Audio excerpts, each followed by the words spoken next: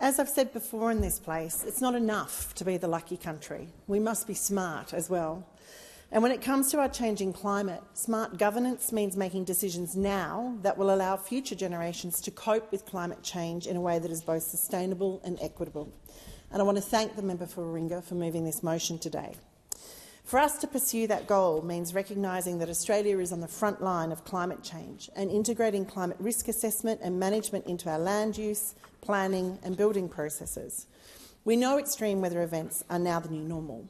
In fact, it was almost 5 years ago that the then head of the Australian Defence Force, General Angus Campbell, sought to warn us that Australia is in the most natural disaster-prone region in the world, and that climate change is predicted to make disasters more extreme and more common.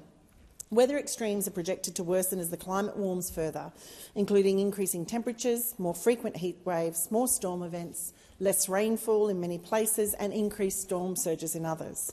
With worsening extreme weather comes rising costs that currently fall on ordinary Australians. Rising insurance premiums, declining property value, a large mental health toll.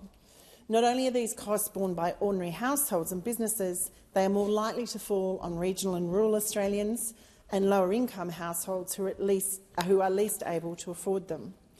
My community of North Sydney, and indeed many Australians, are acutely aware that severe weather events are already costing the Australian economy, and they believe it is untenable and unethical for these increasing costs to continue to be borne by those on the front line.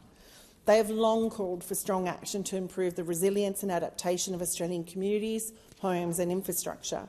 And it's for this reason then I wholeheartedly support the motion moved by the member for Warringah, a motion that calls on the government to implement sensible, practical and achievable measures to improve Australia's climate resilience, including by ensuring building codes are fit for purpose, incentivising home adaptation measures, unlocking global capital for private sector-led resilience, and ensuring equitable access to insurance. Failing to plan, invest and act now is tantamount to putting our fingers in our ears and ignoring the science that tells us climate impacts will worsen. Of course, the first line of defence against climate impacts is reducing emissions, and there's a long way to go on that front. But adaptation and resilience measures must be considered alongside strong mitigation plans, and to date they've not been afforded the focus they deserve. We must start making climate-informed decisions when it comes to the investment, location, ensuring and design of our buildings. That means funding the organisations with a proven track record of helping to increase resilience of the built environment. This includes the Resilient Building Council, which operates on the principle that everyone has the right to a safe, healthy, secure housing, and whose mission it is to realise that right through a resilience revolution, where better housing for all contributes to a thriving, sustainable community. It means ensuring our building codes are fit for purpose, because the decisions made about homes today will continue to have consequences for many decades. The average life of a brick home in this country at the moment is 88 years, while a timber home will last 58 years. Many homes last much longer than this, and public buildings particularly are asked to stand well into the next century. To future-proof these homes and buildings, we need a robust national standard for adaptation decision-making that considers climate risk as part of our land use planning and building reform processes, as previously proposed by the National Cabinet. Additionally, climate resilience and adaptation must be included as a matter of priority in the upcoming update to the National Construction Code. Organisations across the world are currently updating standards or writing new ones that take future climate into consideration, and it's time Australia followed suit.